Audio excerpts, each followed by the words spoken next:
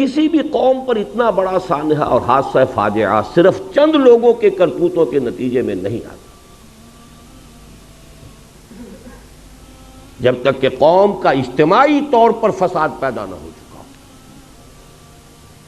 اللہ تعالیٰ کا قانون یہ ہے کہ افراد کی برکتیں تو پھیل سکتی ہیں کہ پوری قوم کے اوپر سائبان بن جائیں، جیسے نیکیوں کا قاعدہ ہے کہ 10 گنا سے 700 گنا تک بھی اللہ تعالیٰ اجر دے گا، لیکن گناہ کی سزا بالکل حساب کے مطابق ملتی ہے، زیادہ نہیں ملتی۔ لیکن جب پھر سزا آتی ہے تو چوتھا قانون یہ ہے کہ پھر گیہوں کے ساتھ گھن بھی پستا ہے۔ وَاتَّقُوا فِتْنَةً لَا تُصِيبَنَّ الَّذِينَ ظَلَمُوا مِنْكُمْ خَاصَّةً، ڈرو اس عذاب سے، اس پکڑ سے، اس سزا سے۔ جب اجتماعی فساد ہو گیا تو جو لوگ فساد میں خود ملوث نہیں ہیں وہ بھی مجرم ہیں، انہوں نے روکا کیوں نہیں؟ اتنی بڑی سزا۔ اسی طریقے سے یہ بات بھی نوٹ کیجئے، اتنا بڑا حادثہ، 93,000 ہمارا کڑیل جوان قیدی بنے۔ سابقہ امت مسلمہ کی تاریخ میں 587 قبل مسیح میں نیبوکڈنیزر نے جو تباہی مچائی تھی یروشلم میں، 6 لاکھ کو قتل کیا اور 6 لاکھ کو قیدی بنا کر لے گئے۔ شاید تاریخ انسانی میں اتنی بڑی تعداد میں لوگوں کو قیدی بنا کر اور ایک ملک سے دوسرے ملک میں نہیں لے جایا گیا ہوگا۔ 6 لاکھ کو بھیڑوں بکریوں کی طریقے سے ہانکتا ہوا لے گیا ہے بیبیلونیا، عراق۔ لیکن میں نے ہمیشہ تجزیہ کیا ہے 6 لاکھ میں 93,000 یا 1 لاکھ جوان نہیں ہوگا، اس میں بوڑھے بھی تھے، بچے بھی تھے، عورتیں بھی تھیں۔ ہمارا 93,000 کڑیل جوان گیا ہے، سپاہی سے لے کے جرنیل تک گیا۔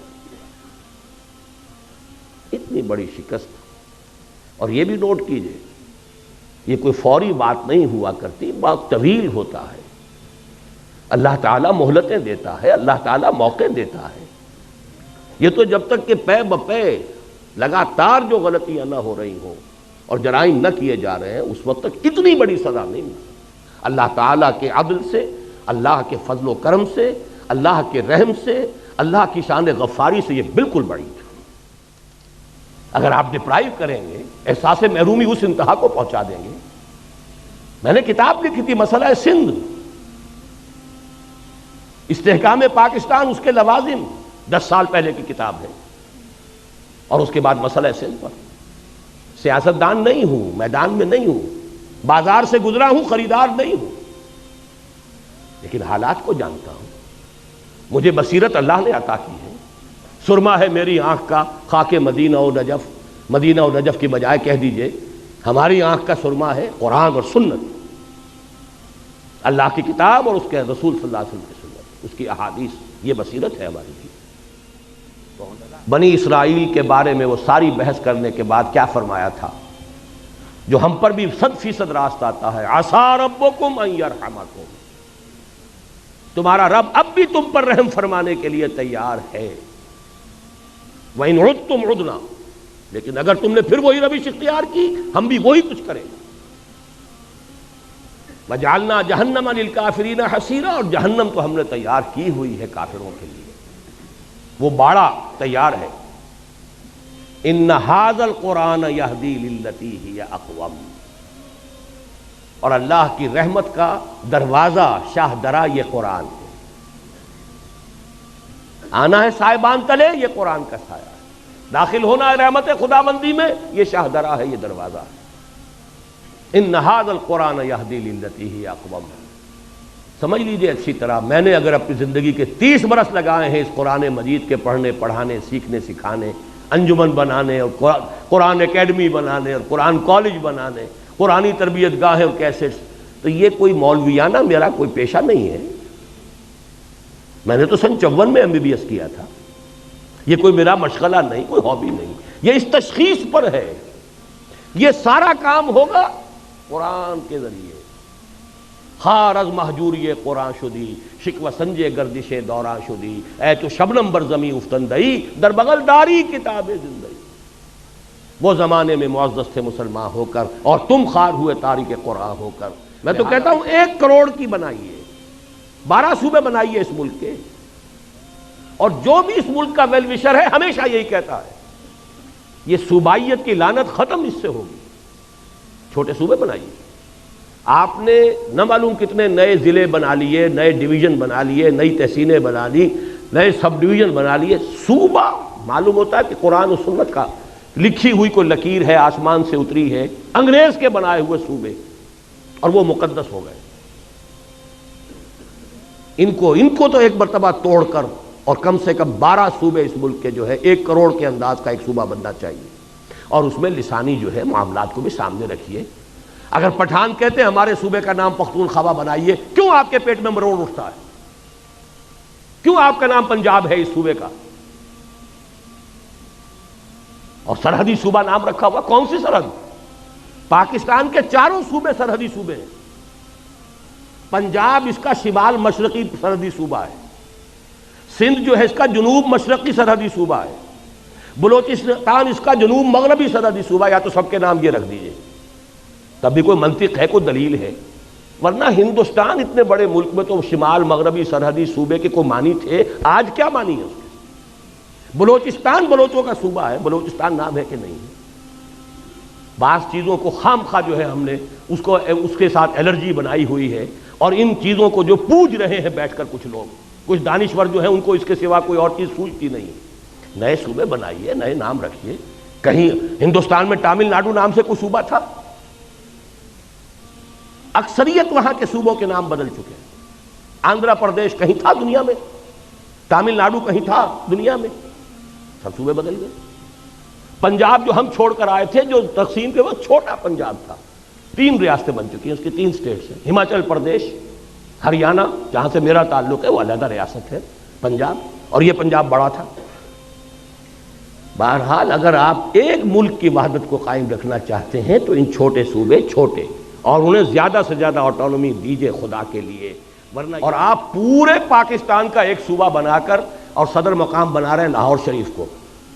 کس حساب سے صحیح ہے؟ جغرافیہ کے حساب سے صحیح نہیں، ڈیفنس کے حساب سے صحیح نہیں، لسانی اعتبار سے صحیح نہیں. آپ ملتان بناتے، ڈیرہ غازی خان بناتے، ہر اعتبار سے وہ مرکز تھا، لسانی اعتبار سے مرکز. سرائے کی زبان پر آ کر پنجابی، پوٹھوہاری، بلوچی، سندھی ساری زبانیں مکس ہوتی ہیں. اگر تو کوئی قومی سوچ ہو، پھر ڈیفنس کے اعتبار سے انڈیفینسیبل ہے یہ شہر. آپ کے ڈیفنس، سائنس آف ڈیفنس کے اعتبار سے انڈیفینسیبل ہے، اس کا کوئی بچاؤ ممکن نہیں. وہ تو اللہ نے بچا دیا، BRB اور دہشت ڈال دی اس نے. سألقی فی قلوب الذین کفروا الرعب، میں ان کافروں کے دلوں میں رعب ڈال دوں گا. ورنہ 65 میں BBC پر اگر فلم دکھا دی گئی تھی فال آف لاہور کی، تو کتنا یقینی سمجھتے تھے وہ.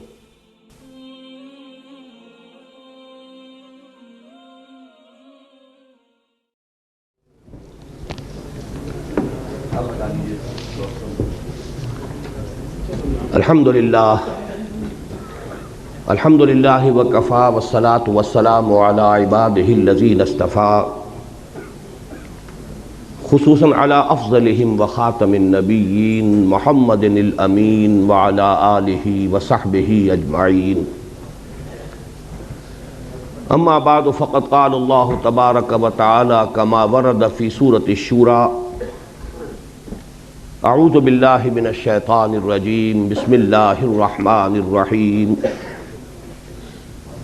وما اصابکم من مصیبت فبما کسبت ایدیکم ویعفو عن کثیر. وقال تبارک وتعالی کما ورد فی سورۃ بنی اسرائیل: عسى ربكم ان يرحمكم وان عدتم عدنا وجعلنا جهنم للكافرين حصيرا. ان هذا القرآن يهدي للتي هي اقوم ويبشر المؤمنين الذين يعملون الصالحات ان لهم اجرا كبيرا وان الذين لا يؤمنون بالآخرة اعتدنا لهم عذابا أليما. صدق الله العظيم. رب اشرح لي صدري ويسر لي امري واحلل عقدة من لساني يفقهوا قولي. معزز حاضرین اور مہمانان گرامی، میرا یہ خیال ہے کہ اس بات پر وقت صرف کرنے کی ضرورت نہیں ہے کہ سقوط ڈھاکہ یا سقوط مشرقی پاکستان پوری دنیا کی تاریخ کے اعتبار سے بھی اہم واقعات میں سے ہے۔ خاص طور پر امت مسلمہ کو 20ویں صدی عیسوی کے نصف آخر میں اور 14ویں صدی ہجری کے ربع آخر میں جن دو عظیم ترین صدمات سے دوچار ہونا پڑا، ان میں سے ایک سقوط ڈھاکہ ہے۔ پہلا 1967 کی عرب اسرائیل جنگ، یروشلم پر یہودیوں کا قبضہ، مصر، شام، شرق اردن کی شرمناک شکست، اسرائیل کی عظیم توسیع۔ 1967 میں یہ حادثہ پیش آیا۔ امیین، اس امت کے دو حصے ہیں، امیین یعنی عرب، و آخرین اور دوسرے غیر عرب۔ ایک حصے کے لیے عظیم ترین سانحہ 1967 کی شرمناک شکست، اور آخرین میں جو عظیم ترین مملکت اسلامی قائم ہوئی تھی، اس کے لیے عظیم ترین سانحہ سقوط ڈھاکہ 1971۔ پھر اس میں بھی کوئی شک نہیں کہ جہاں تک پاکستان کی تاریخ کا تعلق ہے، ویسے تو اور بھی حوادث آئے ہیں جن سے ہمیں دوچار ہونا پڑا، لیکن سب سے بڑا حادثہ آج تک بہرحال سقوط مشرقی پاکستان ہے۔ ایسے حوادث کے بارے میں میں چاہتا ہوں کہ پہلے قرآن حکیم کتاب ہدایت، اس سے ہم کچھ بنیادی اصول سمجھ لیں۔ یہ حوادث الٹپ نہیں ہوتے، اس کائنات میں کوئی شے اذن رب کے بغیر نہیں ہے، اور اذن رب اللہ کی حکمت کے ساتھ ہے، سنت اللہ کے تابع۔ پہلی بات یہ، اللہ تعالی ہرگز ظالم نہیں ہے۔ وما انا بظلام للعبید، اتنا بڑا حادثہ، اتنی بڑی تباہی، اتنی شرمناک شکست، بہرحال اللہ کا ظلم نہیں ہے۔ 5 دفعہ قرآن مجید میں اللہ نے فرمایا ہے وَأَنَّ اللَّهَ لَيْسَ بِظَلَّامٍ لِلْعَبِيدِ، اللہ تعالیٰ اپنے بندوں کے حق میں ہرگز ظالم نہیں۔ دوسری بات یہ کہ یہ حوادث تمام تر انسانوں کے اپنے کرتوتوں کا نتیجہ ہوتے ہیں۔ میں نے سورہ شورى کی آیت مبارکہ تلاوت کی ہے، وَمَا أَصَابَكُم مِّن مُّصِيبَةٍ فَبِمَا كَسَبَتْ أَيْدِيكُمْ، جو بھی مصیبت تم پر آئی ہے یا آتی ہے وہ تمہارے اپنے ہاتھوں کے کرتوتوں کے باعث۔ وَيَعْفُو عَن كَثِيرٍ، اور اللہ ابھی بہت سی چیزوں سے تو درگزر فرماتا رہتا ہے۔ اگر ساری غلطیوں کی سزا دے تو اس زمین پر کوئی ایک انسان بھی چلتا ہوا نظر نہ آئے۔ اللہ تو بہت درگزر کرتا ہے، بہت درگزر فرماتا ہے، یعفو عن کثیر۔ بہرحال قاعدہ کلیہ نمبر 2 یہ ہے کہ یہ انسانوں کے اپنے کرتوتوں، ان کے اپنے اعمال کا نتیجہ ہے۔ تیسری بات بڑی اہم ہے، کسی بھی قوم پر اتنا بڑا سانحہ اور حادثہ فاجعہ صرف چند لوگوں کے کرتوتوں کے نتیجے میں نہیں آتا۔ جب تک کہ قوم کا اجتماعی طور پر فساد پیدا نہ ہو چکا ہو۔ اللہ تعالیٰ کا قانون یہ ہے کہ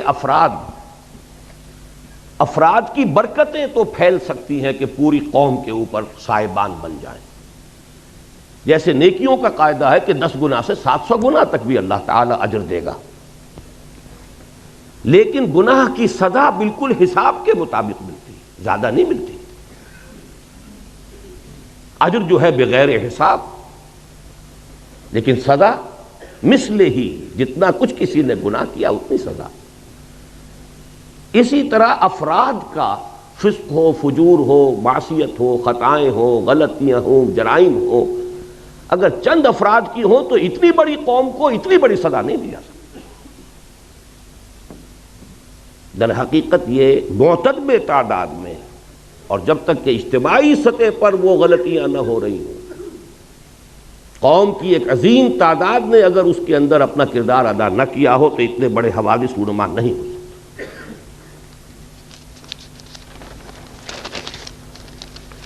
لیکن جب پھر سزا آتی ہے تو چوتھا قانون یہ ہے کہ پھر گیہوں کے ساتھ گھن بھی پستا ہے۔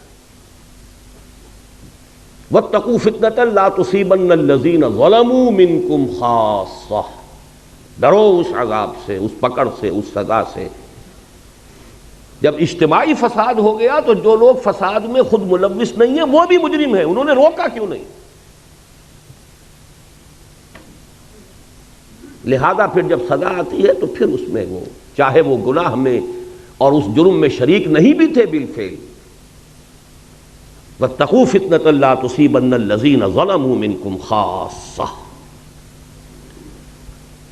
پانچویں بات یہ کہ جہاں تک اس قسم کے حوادث کے آخری سٹیجز کا معاملہ ہے اس میں یقیناً کچھ افراد نمایاں ہو جاتے ہیں۔ والذی تولی کبرہ، وہ شخص کے جس نے سب سے بڑا گناہ کما لیا، وہ بھی ہوں گے، لیکن بہرحال یہ نہ سمجھیے کہ یہ در حقیقت صرف چند افراد کی، چند لوگوں کی سازش کا نتیجہ ہے، اتنی بڑی سزا۔ اسی طریقے سے یہ بات بھی نوٹ کیجئے، اتنا بڑا حادثہ، 93,000 ہمارا کڑیل جوان قیدی بنے۔ سابقہ امت مسلمہ کی تاریخ میں 587 قبل مسیح میں نیبوکڈ-نظر نے جو تباہی مچائی تھی یروشلم میں، 6 لاکھ کو قتل کیا اور 6 لاکھ کو قیدی بنا کر لے گیا۔ شاید تاریخ انسانی میں اتنی بڑی تعداد میں لوگوں کو قیدی بنا کر اور ایک ملک سے دوسرے ملک میں نہیں لے جایا گیا ہوگا۔ 6 لاکھ کو بھیڑوں بکریوں کی طریقے سے ہانکتا ہوا لے گیا ہے بیبیلونیا، عراق۔ لیکن میں نے ہمیشہ تجزیہ کیا ہے 6 لاکھ میں 93,000 یا 1 لاکھ جوان نہیں ہوگا، اس میں بوڑھے بھی تھے، بچے بھی تھے، عورتیں بھی تھیں۔ ہمارا 93,000 کڑیل جوان گیا ہے، سپاہی سے لے کے جرنیل تک گیا۔ اتنی بڑی شکست، اور یہ بھی نوٹ کیجئے یہ کوئی فوری بات نہیں ہوا کرتی، بات طویل ہوتا ہے۔ اللہ تعالیٰ مہلتیں دیتا ہے، اللہ تعالیٰ موقع دیتا ہے۔ یہ تو جب تک کہ پے بپے لگاتار جو غلطیاں نہ ہو رہی ہوں اور جرائم نہ کیے جا رہے ہیں اس وقت تک اتنی بڑی سزا نہیں ملتی۔ اللہ تعالیٰ کے عدل سے، اللہ کے فضل و کرم سے، اللہ کے رحم سے، اللہ کی شان غفاری سے یہ بالکل بڑی ہے۔ جو حوادث اس وقت پیش آئے ہیں، جن کو کہ ہماری طب کی اصطلاح میں، میڈیکل ٹرمینالوجی میں ایکسائٹنگ کازز کہا جاتا ہے، اس کا کچھ تذکرہ آپ جنرل انصاری صاحب سے سن چکے۔ حمود الرحمان کمیشن جو کہ جس کی رپورٹ منظر عام پر نہیں آئی، اس میں بھی اسی قسم کے حالات ہی سے ظاہر بات ہے کہ گفتگو ہو سکتی ہے۔ میں نے جو قرآن مجید کے ان موضوعات سے متعلق اللہ تعالیٰ کی جو سنتیں ہیں، لن تجد لسنت اللہ تبدیلا، جو آپ کے سامنے رکھی ہیں، ان کے پیش نظر میں ذرا ایک طویل اور گہرا تجزیہ آپ کے سامنے رکھنا چاہتا ہوں۔ یہ ہماری قومی غلطیاں ہیں، ہماری اجتماعی غلطیاں۔ بڑی پیاری بات کہی ہے جنرل صاحب نے کہ ہمیں یہ اب بھی ہمارے صحافی دھوکہ دیتے ہیں کہ وہاں تو محبت ہی کے زمزمے بہہ رہے ہیں، وہاں جو نفرت پیدا ہو چکی تھی، اتنا عظیم انقلاب جو آ چکا تھا، اس کی صحیح خبر یہاں دی نہیں گئی۔ گئے اور جا کر چند دعوتیں کھائیں اور چند لوگوں سے ملے اور محبت کے زمزمے یہاں کے سنا دیے، اللہ اللہ خیر صلی اللہ۔ نفرت کی یہ انتہا، رونگٹے کانپ اٹھ کھڑے ہو رہے ہیں، آدمی کا دل لرز جاتا ہے۔ اور اتنا بڑا انقلاب، سن 46 میں 95% سیٹیں مسلم لیگ لے رہی ہے، اور کل 8 برس۔ سن 54 کے الیکشن میں 300 میں سے 10 سیٹیں، 290 گئیں۔ کچھ تو ہوا ہے، کوئی قیامت تو بپا ہوئی ہے. یہ انقلاب عظیم کہاں سے آ گیا؟ جس شہر میں مسلم لیگ کی تاسیس ہوئی 1906 میں، کتنا بڑا پروونس یونائٹڈ بنگال، اور طویل ترین عرصے تک مسلم لیگ کی منسٹری رہی. وہاں کے عوام کیوں آخر اس درجے آ گئے کہ اٹھا لو پاندان اپنا، میں باز آیا محبت سے؟ کوئی کرتوت ہمارے ہیں نا، کوئی جرائم ہمارے ہیں. اگر ان کو نہیں سمجھیں گے تو آئندہ بھی تاریخ اپنے آپ کو دہرائے گی. اسی لیے میں نے آیت سنائی ہے آپ کو. خصوصی میں نے ریکویسٹ کی تھی کہ یہ سورہ بنی اسرائیل کا پہلا رکوع یہاں پڑھا جائے، لیکن کریں کیا، زبان یار من ترکی ومن ترکی نمی دانم. آپ کو کیا پتا کہ کیا پڑھا گیا اور کیا آپ نے سنا. عسیٰ ربکم ان یرحمکم وان عدتم عدنا. تمہارا رب تم پر رحم کرنے کے لیے تیار ہے،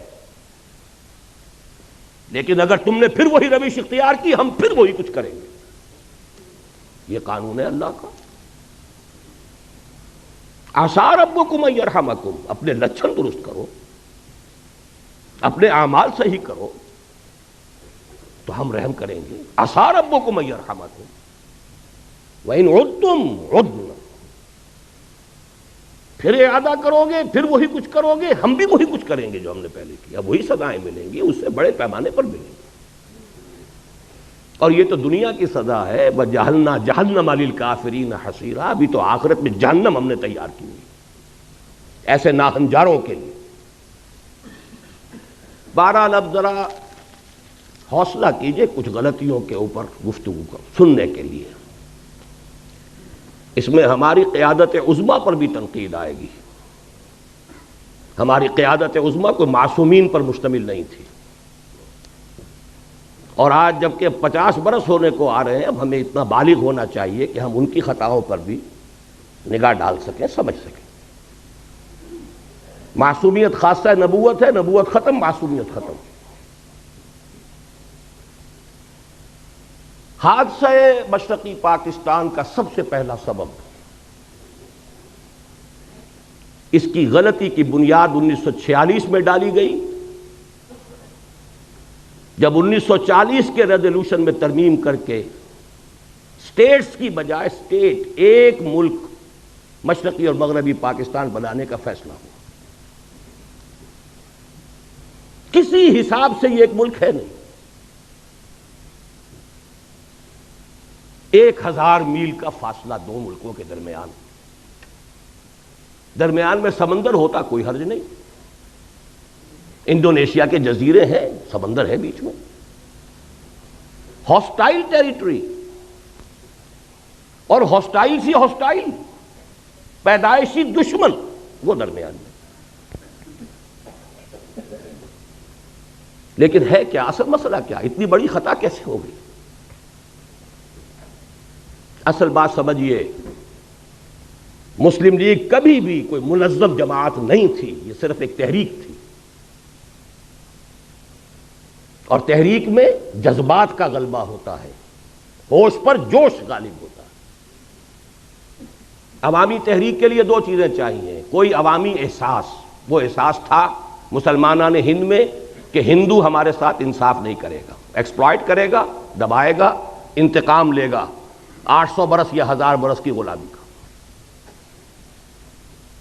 کوئی زبردست لیڈر جو اس احساس کو سامنے لائے، اجاگر کرے، تحریک چل جاتی. قائد اعظم یقیناً بہت بڑے لیڈر تھے، اس میں کوئی شک نہیں. سن 37 کے بعد سے چارج لیا ہے، اسے تحریک بنا دیا. اس سے پہلے وہ سروں کی اور نوابوں کی اور جاگیرداروں کی صرف ایک بیٹھک کہہ لیجئے، اس سے زیادہ اس کی حقیقت نہیں تھی. لیکن یہ جب کلائمیکس ہوا ہے اس مسلم لیگ تحریک کا اور پدیری کے پاکستان کا، جذبات کی رو میں بہ کر، اور جذبات بھی بنگالی مسلمان کے، ایک فضل الحق ہیں کہ جنہوں نے مجبور کیا قائد اعظم کو اس قرارداد میں ترمیم کر کے ان کو دونوں کو ایک ملک بنانے کے. اس زمانے میں مجھے یاد آ رہا ہے قائد اعظم کا ایک جملہ. The British press has talked about some geographical difficulties in the way of Pakistan. May I ask them, by what rule of geography are they here? برطانوی پریس نے پاکستان کی اسکیم کے بارے میں کچھ جغرافیائی مشکلات کا تذکرہ کیا ہے. کیا میں ان سے پوچھ سکتا ہوں کہ جغرافیہ کے کس اصول کے تحت وہ ہندوستان میں ہے؟ جملہ بڑا پیارا ہے، جواب بڑا مسکت ہے، لیکن بہرحال اس سے حقائق تو نہیں بدل جاتے. اگر یہ دو ملک بنتے، نوٹ کر لیجئے، ان دونوں کی ضرورت ہوتی کہ ایک دوسرے سے تعاون کریں. ہندو کا ذہن، ہندو کی ذہنیت بدلنے والی نہیں تھی. دونوں کو ہندو یا یوں کہیے بھارت کہیے، بھارت کے دستبر سے اپنے آپ کو بچانے کے لیے دوسرے کے تعاون کی ضرورت ہوتی. اگر علیحدہ علیحدہ ہوتے تعاون ہوتا، یکجا ہو گئے تو شکایتیں سامنے آئیں. اور فرض کیجئے تعاون آگے بڑھتا، کانفیڈریشن بن سکتی تھی. اور کانفیڈریشن ایسی شے ہے کہ جس کو جس وقت چاہیں آپ ختم بھی کر سکتے ہیں. آپ کو یاد ہوگا شاید مرحوم یونائٹڈ عرب ریپبلک مصر اور شام کا کانفیڈریشن ہوا تھا نا، کتنی آسانی سے ہوا، کتنی آسانی سے کھل گیا وہ. بہرحال میرے نزدیک پہلی غلطی جو ہوئی ہے ہم سے وہ یہ ہے کہ ہم نے جغرافیے کی اس درجے نفی کی، جغرافیائی حقائق کو بالکل نظر انداز کیا. دوسری غلطی، اور یہ ہے اصل، میں یہ مانتا ہوں انسانی جذبہ جغرافیے کو شکست دے دیتا، اور دیا اس نے. آخر جب یہ دونوں خطے ایک ملک بنے تو شکست دی کہ نہیں دی؟ انسان اشرف المخلوقات ہے، اس میں بڑی قوتیں اللہ نے رکھی ہیں، اس کے لیے پوری کائنات مسخر کی ہے، اس کے سامنے سارے فرشتوں کو جھکا دیا گیا تھا. انسانی جذبہ بہت بڑی شے، لیکن وہ جذبہ تھا اسلام کے حوالے سے، نعرہ تھا اسلام، پاکستان کا مطلب کیا؟ لا الہ الا اللہ.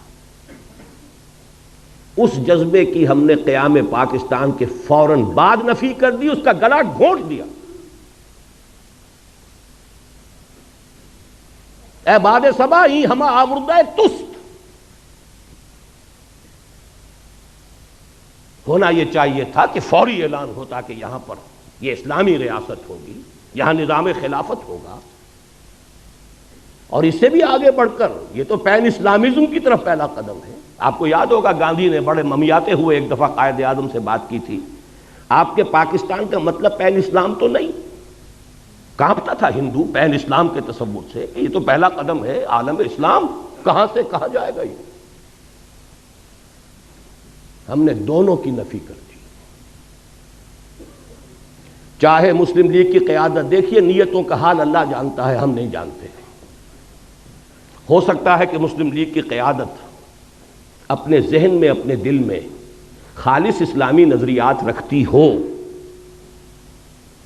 اور یہ صرف مصلحت وقت کا تقاضا سمجھا ہو کہ اس وقت پوری دنیا میں پوری دنیا کو دشمن نہ بنا لیا جائے. بہرحال ہم نے چاہے مصلحتاً کیا ہے، چاہے یہ کہ ہمارا نظریہ ہی یہ تھا، واللہ عالم، کیا یہ ہے کہ ہم نے دنیا کے سامنے پاکستان کو انٹروڈیوس کرایا ہے ایک سیکولر جدید مغربی ریاست کی حیثیت.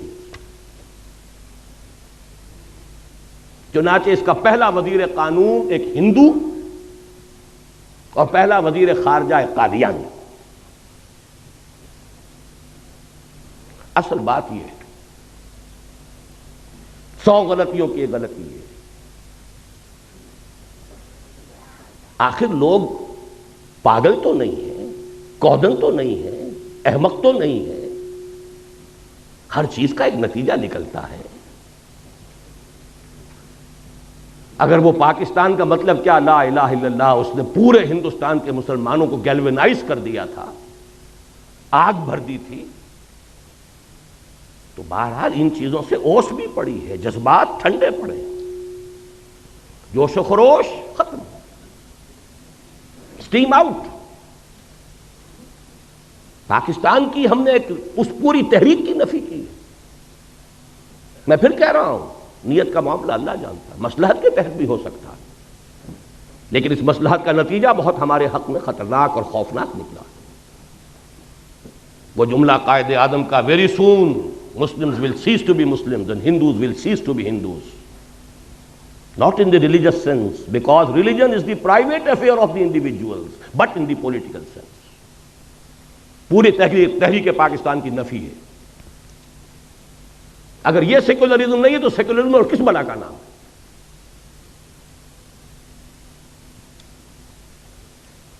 12 مارچ سن 1949 کو جا کر قرارداد مقاصد بڑے رد و قدا، بڑے ہی لیت و لال اور بڑے ہی بادل داخواستہ منظور ہوئی. لیکن اس سے پہلے بہت سی اوس پڑ چکی تھی، جذبات ٹھنڈے پڑ چکے تھے. جس طور سے پاس ہوئی ہے وہ بھی لوگوں کو معلوم تھا کہ یہ انکہنی کہی گئی ہے.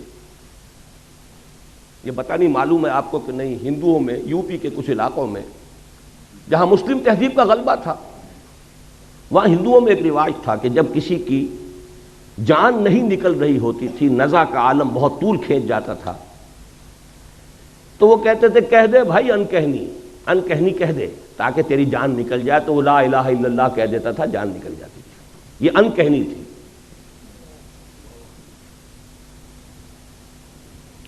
لیکن اس کا جو دوسرا بہت بڑا نتیجہ نکلا، پہلی بات تو یہ ہے نتیجے کے اعتبار سے یہ بہت بڑا نتیجہ ہے، لیکن دوسرا کانسٹیٹیوشنل جو ہمارا مسئلہ ہے اس کے اعتبار سے جو عظیم نتیجہ اس کا برآمد ہوا، ویسٹرن ڈیموکریٹک نارمز، پرنسپلز، اصول کیا ہے؟ ان اصولوں پر پاکستان کے لیے کوئی دستور بنانا متحدہ پاکستان کے لیے ناممکن تھا.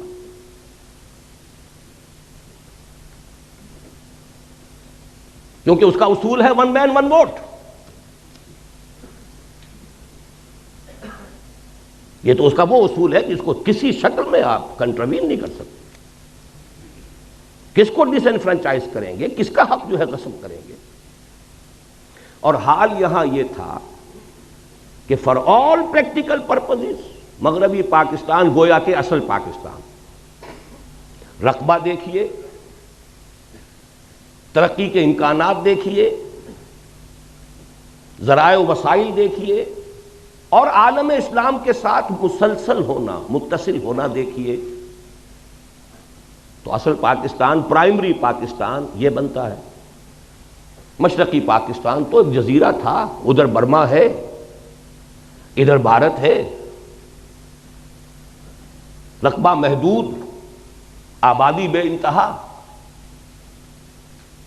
لیکن آبادی وہاں زیادہ یہاں کم. ایکویشن ہو کیا؟ نتیجہ یہ ہے کہ 12 مارچ سن 49 کو جب قرارداد مقاصد پاس ہوئی ہے تو ساتھ ہی ایک بیسک پرنسپلز کمیٹی بنا دی گئی کہ اب جو دستور ہمیں بنانا ہے اس ملک کا، اس کے بنیادی اصول کیا ہوں گے. اس کی پہلی رپورٹ آئی ہے ستمبر سن 50 میں، 1.5 سال بعد. اس میں چونکہ 2 ہاؤسز، اس پہ 2 اعتراضات ہوئے.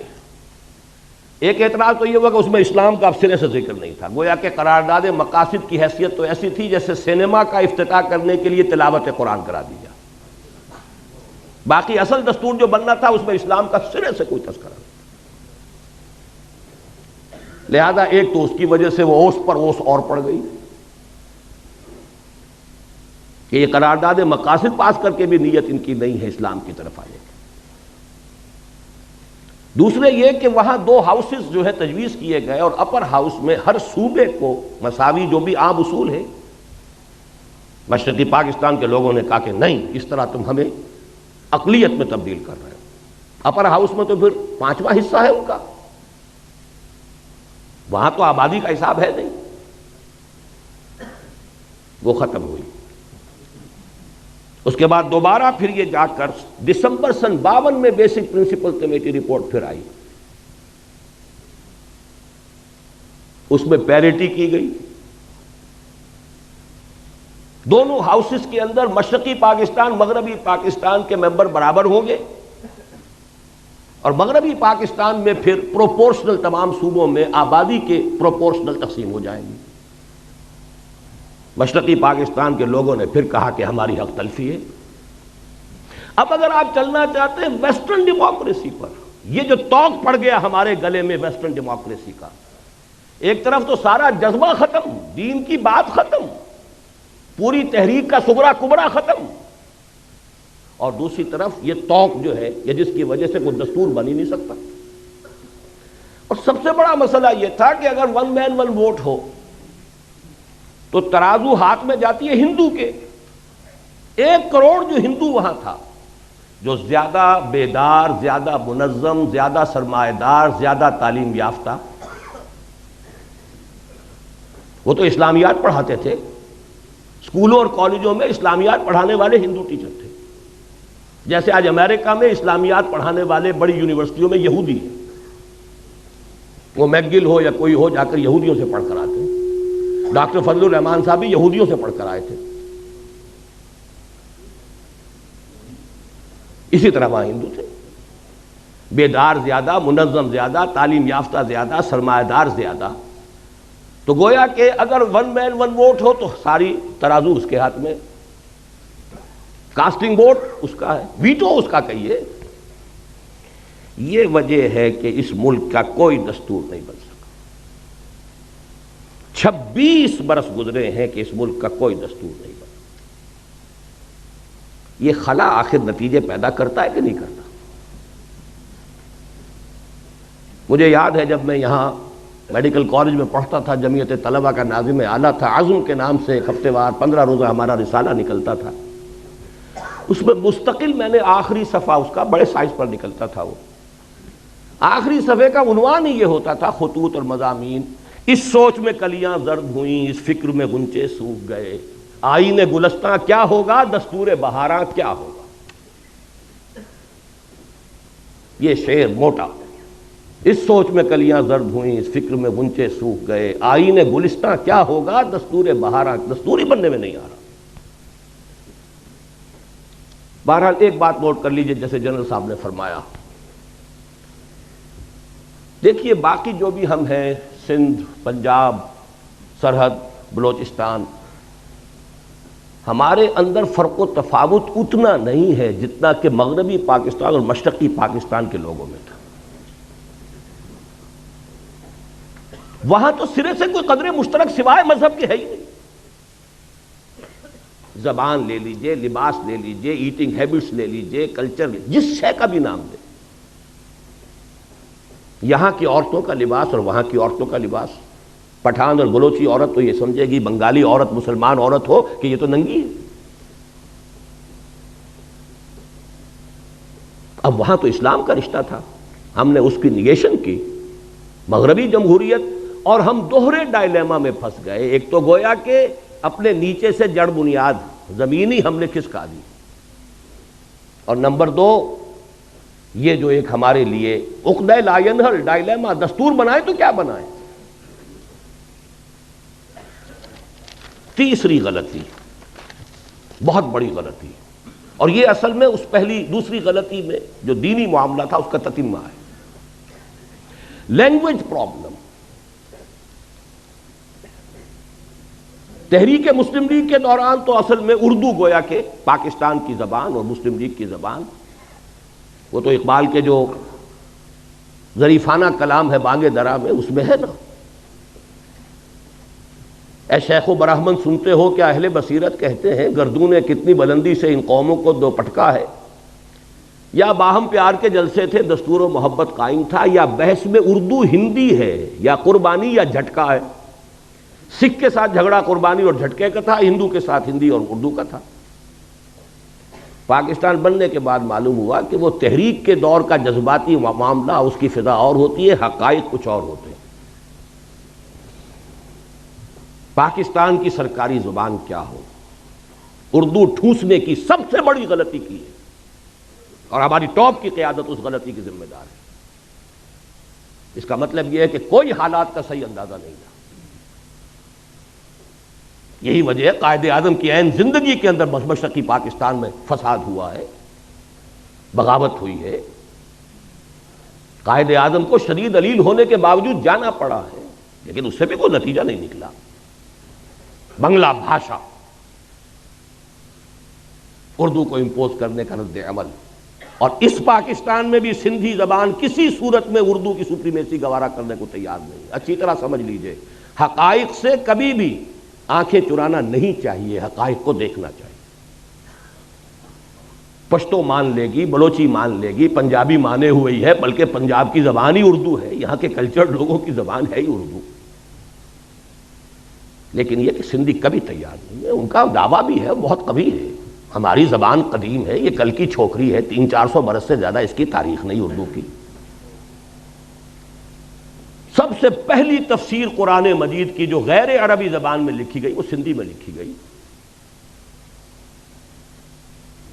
بہرحال تھے اس ملک کے کچھ ویل وشرز، سر آغا خان نے کہا تھا، اور زاہد حسین مرحوم، the first governor of the state bank of Pakistan, کہ عربی زبان کا اعلان کرو، اور زیادہ سے زیادہ عربی کی تعلیم کمپلسری کر دی جاتی تو میکسیمم 20 برس میں اگر انگریزی یہاں اتنی ہم نے سیکھ لی کہ انگریزوں کو پڑھا دیں تو کیا عربی نہیں سیکھ سکتے تھے؟ وہ تو بالکل الٹی زبان، وہ بائیں طرف سے لکھنے والی لیفٹسٹ زبان، ہماری زبان رائٹسٹ زبان، ہماری الف با تا عربی کی، فارسی کی، سب کی ایک، اردو کی بھی وہی ہے، پنجابی بھی اسی میں لکھی جائے، وہی الفابیٹس ہیں۔ ہمارے لیے عربی سیکھنا کیا مشکل، ہماری دین کی زبان، قرآن کی زبان، رسول کی زبان صلی اللہ علیہ وسلم۔ لیکن یہ کہ وہ دین کا، اول تو چونکہ اس کا رشتہ بھی دین سے جڑتا تھا اور دین ہی سے تو فرار ہو رہا تھا، دین کو تو صرف انفرادی معاملہ بنانا پیش نظر تھا، دین کو اجتماعی معاملہ بنانا پیش نظر تھا ہی نہیں، تو عربی زبان کیسے مان لے؟ میں نے دیکھا ہے، جب میں نے چند سال پہلے اندرون سندھ کا دورہ کیا، مجھے کتاب ایک دی گئی تھی جو اسی زمانے میں سندھی ایک اسکالر کی شائع کردہ تھی کہ عربی کو بناؤ، عربی کو ہم لینے کے لیے تیار ہیں۔ بہرحال عربی ہوتی تو پنجابی بھی پڑھتا، اردو والا بھی پڑھتا، سندھی بھی پڑھتا، سب کو نئی زبان سیکھنی پڑتی نا۔ یہ تو نہیں تھا کہ اردو سپیکنگ جو ہے اسے تو گویا کہ بہت ہی ایک ترجیح حاصل ہو گئی، اس کی مادری زبان میں پڑھایا جا رہا ہے، وہ تو آگے جائے گا ہی، اس کے نمبر زیادہ آئیں گے ہی، اس کی ڈویژن بہتر ہوگی، اس لیے سندھی اڑ گیا، یہ ہینڈی کیپ رہ جائے گا میرا بچہ، اور سب سے پہلے بنگالی کھڑا ہو گیا۔ آپ کے شاید معلوم نہ ہو، ڈھاکہ یونیورسٹی میں مولانا سید سلیمان ندوی رحمۃ اللہ علیہ کے ساتھ انتہائی توہین آمیز سلوک کیا گیا۔ انہوں نے صرف ایک بات کہہ دی تھی، وہاں علمی انداز میں، اسکالر تھے، ہسٹورین تھے، کہ 200 سال قبل، اب یہ جمع کر لیجئے مزید 50 سال جو بیت گئے تو 250 سال اب کے حساب سے ہوں گے، 200 سال قبل بنگلہ زبان بھی اسی الف باتا میں لکھی جاتی تھی، اسکرپٹ یہی تھا۔ یہ تو بعد میں جب اس کو اسکرپٹ بدل دیا گیا ہے تو یہ زبان علیحدہ ہو گئی، ہم پڑھ ہی نہیں سکتے اسے، ورنہ بنگلہ بھاشا بھی الف باتا کے حوالے سے لکھی جائے تو اس کا بھی 75% ہمارے لیے قابل فہم ہے، وہ اجنبیت رہے نا، وہ دوری رہے نا، لیکن انہیں مجبور کیا گیا اپنے الفاظ واپس لو، تب نکلنے دیا گیا تحریری۔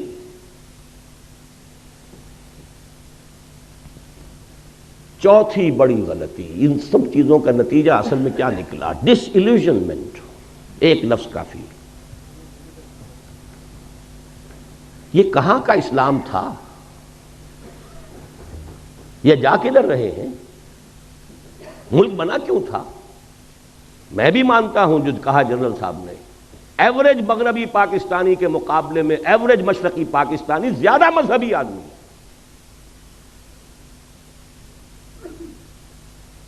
جو آپ کے ہاں تبلیغی جماعت کا یہاں اجتماع اگر ہوتا ہے میکسیمم 8 لاکھ، وہاں 25 لاکھ کا ہوتا۔ یہی تو وجہ تھی نا کہ مسلم لیگ وہاں بنی، یہی تو وجہ تھی کہ یونائٹڈ بنگال میں کتنے عرصے خواجہ ناظم الدین وزیر اعلیٰ رہے، یہاں تو آپ کے یہاں یونینسٹ جو تھی گورنمنٹ تھی آخری وقت تک، مسلم لیگ کی حکومت یہاں ایک دن کے لیے نہیں بنی، سرحد میں جو ہے آخری وقت تک کانگریس کی حکومت تھی۔ لے دے کے اگر کوئی تھا تو اس پاکستان میں صرف سندھ تھا کہ جہاں مسلم لیگ کی منسٹری تھی، اور وہ بھی کہہ رہا ہے اب اٹھا لو پاندان اپنا، یہی دو صوبے تھے، مسلم لیگی صوبے تو یہی تھے، پاکستانی صوبے تو یہی تھے. پنجاب میں تو آخری وقت یونینسٹ گورنمنٹ تھی. یہ ڈس ایلیوژنمنٹ تھا کیا؟ یہ خواب تھا جو کچھ کے دیکھا، جو سنا افسانہ تھا، جذبات پر اوس پڑ گئی. باقی چھوٹے چھوٹے فیکٹر اور بہت ہیں. ہمارے جو آفیسرز گئے، C S P officers, colonial rule کا جو تذکرہ کیا ہے جنرل صاحب نے، ان کا جو ایٹیچیوڈ تھا، اللہ ماشاءاللہ مختلف قسم کے لوگ بھی تھے، لیکن معدود چند، اشاد کل معدوم، اکثر و بیشتر جو ہے نفرت کے ساتھ انہیں دیکھتے تھے. یہی معاملہ سندھ میں ہوا ہے، اس کا رد عمل ہوا ہے. بہرحال اس کے اوپر جلتی پر جس کو کہتے ہیں تیل، وہ مارشل لا. مارشل لا کا مطلب فوج کی حکومت. فوج صرف مغربی پاکستان کی ہے، مشرقی پاکستان کا اس میں کوئی حصہ نہیں. گویا کہ مغربی پاکستان اب حاکم ہو گیا مشرقی پاکستان پر. اور مغربی پاکستان تو وہ کہتے ہیں تو پنجابی فوج کہتے تھے. ہم نے پنجابیوں کا غلام بننے کے لیے یہ پاکستان نہیں بنایا تھا. دلیل قوی تھی، کوئی آج رد کر دے اسے. ان کے فیکٹس اینڈ فگرز تھے. آخر دشمن تو بیٹھا ہوا تھا، 1 کروڑ ہندو بیٹھا ہوا تھا، انہیں تو سیبوٹاج کرنا ہی کرنا تھا. لیکن ان کے ہاتھ میں ہتھیار تو ہم نے دیے ہیں نا. وہ ہندو وہاں تھا، اس کے باوجود پاکستان بنا. Despite of them, in spite of them Pakistan بنا. لیکن جب آپ نے اپنی منزل ہی بدل لی، اپنا قبلہ کعبہ تبدیل کر دیا، آپ نے اسلام کی بجائے مغرب کی سیکولر جمہوریت کو اپنا اصل اصول قرار دیا، تو ظاہر بات ہے نفی ہو گئی. اور اس پر جلتی پر تیل کا کام فوج کی حکومت. فوج کی حکومت بھی کیوں آئی سمجھ لیجیے. یہ بھی کوئی اللہ تعالیٰ کی طرف سے عذاب تو نہیں تھا، اس لیے کہ مسلم لیگ پارٹی تھی نہیں، وہ تو تحریک تھی. تحریک کا کام ہی یہ ہوتا کہ ایک دفعہ مقصد حاصل ہوا اس کے بعد ختم. تحریک کا تو اصول ہے یہ. کانگریس پارٹی تھی، آج تک اس کی حکومت چل رہی ہے. وہاں کوئی تھوڑا سا عرصہ آ گیا جنتا دل اور یہ اور وہ، کانگریس ہے. کم سے کم 40 برس تک تو اس کی حکومت چلتی رہی. پارٹی تھی، کادرز تھے، ڈسپلن تھا، کانسٹیٹیوشن تھا. مسلم لیگ تحریک تھی صرف. اور یہ اس میں کوئی بات نہیں ہے، اس لیے کہ حالات کا کچھ تقاضا ایسا تھا. صورتحال جو ہے وہ اتنی فرصت تھی نہیں کہ اس کی ایک تنظیم کا استحکام کا معاملہ کیا جا سکتا. لیکن دی فیکٹ ریمینز، حقیقت کو تو بہرحال ماننا پڑے گا کہ مسلم لیگ ایک پارٹی تھی نہیں. قائد اعظم کہتے تھے میری جیب میں کھوٹے سکے، سیدھی سیدھی بات. اب اس سے بڑی گواہی اور کس کی درکار ہے؟ لہذا پاکستان بنا، مسلم لیگ تحلیل. تھوڑا عرصہ سول بیوروکریسی نے عیش کیا، اس کے بعد آرمی نے سنبھال لیا سیدھا سیدھا. لیکن نتیجہ کیا ہوا؟ ڈس انفرانچائز. آپ کا جو جنرل صاحب فرما رہے تھے کہ اکثریت کیوں علیحدہ، اکثریت تو علیحدہ ہو ہی جائے. اکثریت کو تو آپ نے غیر مؤثر کر دیا، فوج کی حکومت ہو گئی. اور پھر جو ان کے فیکٹس اینڈ فگرز آتے تھے، ہماری کل آمدنی کا اتنا بڑا حصہ فوج پر خرچ ہوتا ہے. فوج ساری مغربی پاکستان کی ہے، تو پیراسائٹ ہیں یہ ہماری آمدنی کے اوپر. یہ کھاتے ہیں، کماتے ہم ہیں. اس سے جو آگ لگی ہے اس کا نتیجہ ہے یہ کہ وہ جگتو فرنٹ جو ہے اس نے وہ شکست دی ہے عبرتناک. سن 54 میں 300 میں سے 10 سیٹیں مسلم لیگ. 8 برس میں انقلاب عظیم. کہاں سن 46 کے اعداد و شمار ابھی آپ جنرل صاحب سے سن چکے ہیں. 46 اور 54 میں کل 8 برس، اور انقلاب عظیم جو ہے وہ پیدا ہو گیا. 5ویں غلطی رہی صحیح، جس کو کہتے ہیں آخری کیل ٹھوک دی آپ نے، دارالخلافہ کراچی سے اسلام آباد. یہ کاسموپولیٹن سٹی تھا، ساحلی تھا. مشرقی پاکستان کے ساتھ اس کے روابط سمندری اور بحری بھی تھے. وہ سستے تھے. ہوائی سفر تو اس وقت تک جو ہے وہ تو بہت ہی کاسٹلی، بہت صرف سرمایہ داروں کی شے تھی. آپ نے وہاں سے کیپٹل منتقل کیا، اور بہت سے بڑے مخلص مشرقی پاکستانیوں نے کہہ دیا تھا دس از دی بگننگ. پاکستان کے خاتمے کا یہ نقطۂ آغاز ہے. بہرحال نتیجہ یہ نکلا کہ میں باز آیا محبت سے، اٹھا لو پاندان اپنا۔ اور یہ جان لیجئے کہ جذبات کا معاملہ جو ہوتا ہے، جیسے رود کوہی کہتے ہیں ضلع ڈیرہ غازی خان میں اور سندھ کے علاقے میں، پہاڑی علاقے میں سیلاب آتا ہے تو ایک دم نالا بڑی تیزی سے آتا ہے، لیکن تیزی سے ختم بھی ہو گیا، ادھر آیا ادھر گیا۔ تو جذبات کی بات یہی ہوتی ہے، اٹھی ہے یہ آندھی اتر جائے گی۔ اسی لیے وہ جذباتی بات تھی، اور جذباتی بات جو ہے جس تیزی کے ساتھ اٹھی تھی اسی تیزی سے بہہ گئی۔ لیکن آخری اور ہماری ہمالیہ جیسی غلطی کیا ہے، اب اس کو سمجھیے۔ باقی ساری غلطیاں جو ہیں ان کے اوپر جو مہر تصدیق آخری ثبت ہوئی ہے،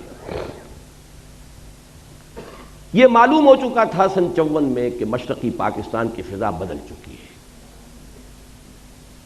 حقائق کو تسلیم نہ کرنا، اممیچورٹی، سیاسی قیادت کا خلا، مسئلے کی حقیقت کو سمجھ کر اس کا حل کرنا، اس کی بجائے طاقت کا استعمال، یہ ہے آخری غلطی جس نے سارے معاملے کو جو ہے اپنے آخری منطقی انداز تک پہنچا دیا۔ تفاصیل آپ سن چکے ہیں، میں تو اس میں صرف 4 کاش آپ کے سامنے رکھ رہا ہوں، اگرچہ مجھے معلوم ہے حضور کی حدیث ہے، یہ لفظ ممنوع ہے، ان کلمۃ اللہ تفتح عمل الشیطان، جو ہوا ہے اس نے رب سے ہوا ہے، لہذا یہ کہنا کاش یوں ہو جاتا یہ مناسب نہیں۔ لیکن یہ کہ انسان ہے، اس کی طبیعت ہے، اس کی سوچ کا انداز ہے، اپنے خیالات کی تعبیر کا ایک انداز ہے۔ کاش کہ صدر ایوب صاحب پاکستان کے ڈیگال بن گئے ہوتے۔ ڈیگال نے الجزائر میں ریفرینڈم کرایا، بھائی رہنا چاہتے ہو ہمارے ساتھ یا نہیں رہنا چاہتے جاؤ بھائی۔ کتنے عرصے تک جنگ کرتے رہے، کتنے فرانسیسی مارے گئے، ادھر سے الجزائری جو ہے وہ اپنی جانیں دے رہے ہیں، اور مسلسل جنگ کی وجہ سے فرانس کی ترقی رکی ہوئی ہے، فرانس آگے نہیں چل پا رہا، سارے وسائل اس میں کھپ رہے ہیں، اسے اپنے بہترین دوستوں کو جیل میں ڈالنا پڑا۔ اور آپ کو یاد ہے یہ 3 بڑے ٹال اس وقت کے ملٹری لیڈرز تھے دنیا کے اندر، ڈیگال، پھر صدر ناصر، پھر صدر ایوب۔ قداور ہونے میں کم نہیں تھا ڈیگال سے یا اور صدر ناصر سے، لیکن فہم اور سمجھ، کاش کہ ڈیگال والا معاملہ کرتا۔ میں نے 1969 میں مضمون لکھا تھا میثاق کے اندر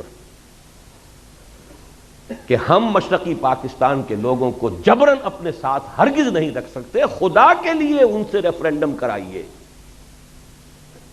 وہ پاکستان کے ساتھ رہنا چاہتے ہیں یا نہیں، اور رہنا چاہتے ہیں تو کن شرائط پر رہنا چاہتے ہیں، ان سے پوچھئے، استصواب کیجیے۔ جبر اگر کریں گے تو اس کے نہایت خطرناک نتائج نکلیں گے۔ یہ جون جولائی 1969 کا میرا پرچہ میثاق کا ہے۔ کوئی طاقت مشرقی پاکستان کو زبردستی اور جبر کے ساتھ پاکستان کے ساتھ نہیں رکھ سکتی، مغربی پاکستان کے ساتھ۔ میں تو سیاسی آدمی نہیں ہوں، میری تو کہیں آمد و رفت کا بھی معاملہ نہیں تھا، میں تو صرف تعلیم و تعلم قرآن میں لگا ہوا تھا۔ سن 65 کے بعد سے جب لاہور دوبارہ آیا ہوں، میرا تو کام ہی ایک تھا، درس قرآن۔ لیکن حالات تو ہیں سامنے۔ وہ مرد درویش تھا کبھی دہلی کے اندر ایک چھوٹی سی کٹیا کے اندر بیٹھا ہوا، شاہ ولی اللہ دہلوی، صرف کتابیں لکھ رہا ہے اور کچھ نہیں کر رہا، لیکن ہندوستان کی نگاہ پورے حالات پر نگاہ ایسی ہے کہ اندازہ کر لیا تھا ہندوستان میں کوئی مسلمان حاکم، حکمران، نواب اس پوزیشن میں نہیں ہے کہ مرہٹوں کی اٹھتی ہوئی طاقت کا مقابلہ کر سکے۔ لہذا خط لکھا ہے احمد شاہ ابدالی کو، خدا کے لیے تم آؤ، ورنہ یہ کہ اس بر عظیم پاک و ہند سے، اس بر عظیم ہند سے اسلام اور مسلمانوں کا خاتمہ ہو جائے۔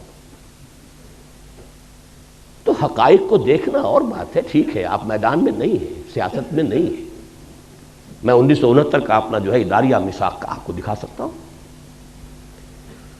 اور اس کا بھی امکان ہے اگر آپ کسی کو آپشن دے دیتے ہیں اور ان سے پوچھیں کہ آپ کس بنیاد پر، کس شرائط پر رہنا چاہتے ہیں، تو اس کا امکان ہے کہ وہاں پر پاکستان ہی کے حق میں فیصلہ ہوگا۔ لیکن آپ نے تو آپشن دیا ہی نہیں، اور اگر نہ بھی ہوتا تو ٹھیک ہے، ٹیبل پر بیٹھ کر معاملہ طے کر لو بھائی، سیپریشن ہو جائے. سب سے مقدس رشتہ میاں اور بیوی کا ہے، اس میں بھی سیپریشن ہے. چاہے ابغض الحلال ہے، حلال میں سب سے زیادہ، حرام میں ابغض الحرام، حرام میں سب سے زیادہ ناپسندیدہ شے، لیکن ہے، جائز ہے. تو سیپریشن میں کوئی حرج نہیں تھا.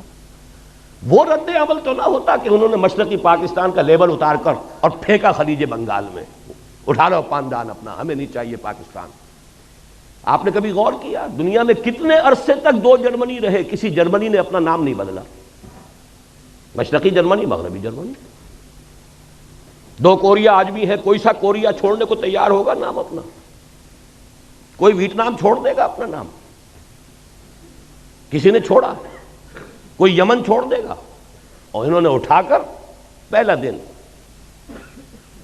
بلکہ یہاں تک کہا تھا ڈاکٹر کمال حسین جو پہلا ان کا وزیر خارجہ بنا تھا، میرے سینے کے اوپر لکھے ہوئے الفاظ ہیں، اس کا سٹیٹمنٹ تھا we won't like to be called a Muslim country. آپ نے اسلام کو چھوڑا، انہوں نے کہا کہ ہم مسلم بھی نہیں رہنا چاہتے. رد عمل کی یہ انتہا ہوتی ہے. آپ نے اسلام کے نام پر جمع کیا تھا ہمیں، احیاء اسلام کے خواب ہمیں دکھائے گئے تھے، پین اسلامزم کے خواب دکھائے گئے تھے. کیا ہے آپ نے؟ تو تم نے اسلام کو چھوڑا، ہم مسلم کا نام بھی چھوڑ. We want like to be called a Muslim country. ذرا رد عمل جو بھی ہوتا ہے کسی کے اندر، اس کی انتہا دیکھیے.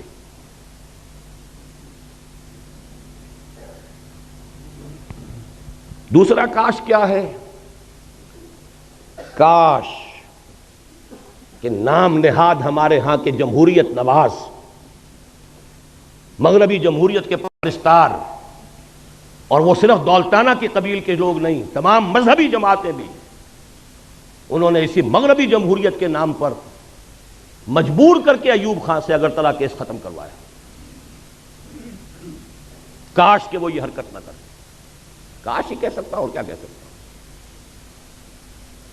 کیا امامان سیاست، کیا کلیسا کے شیوخ، سب کو دیوانہ بنا سکتی ہے میری ایک ہوں. یہ ابلیس کا چکر کہ ہم نے خود شاہی کو پہنایا ہے جمہوری لباس، جب ذرا آدم ہوا ہے خود شناس و خود نگر.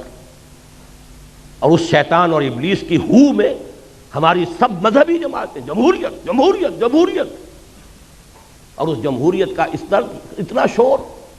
اگرتلہ سازش کیس ختم، مجیب ہیرو بن کر نکلا. کاش کہ ایسا نہ ہوا. کاش.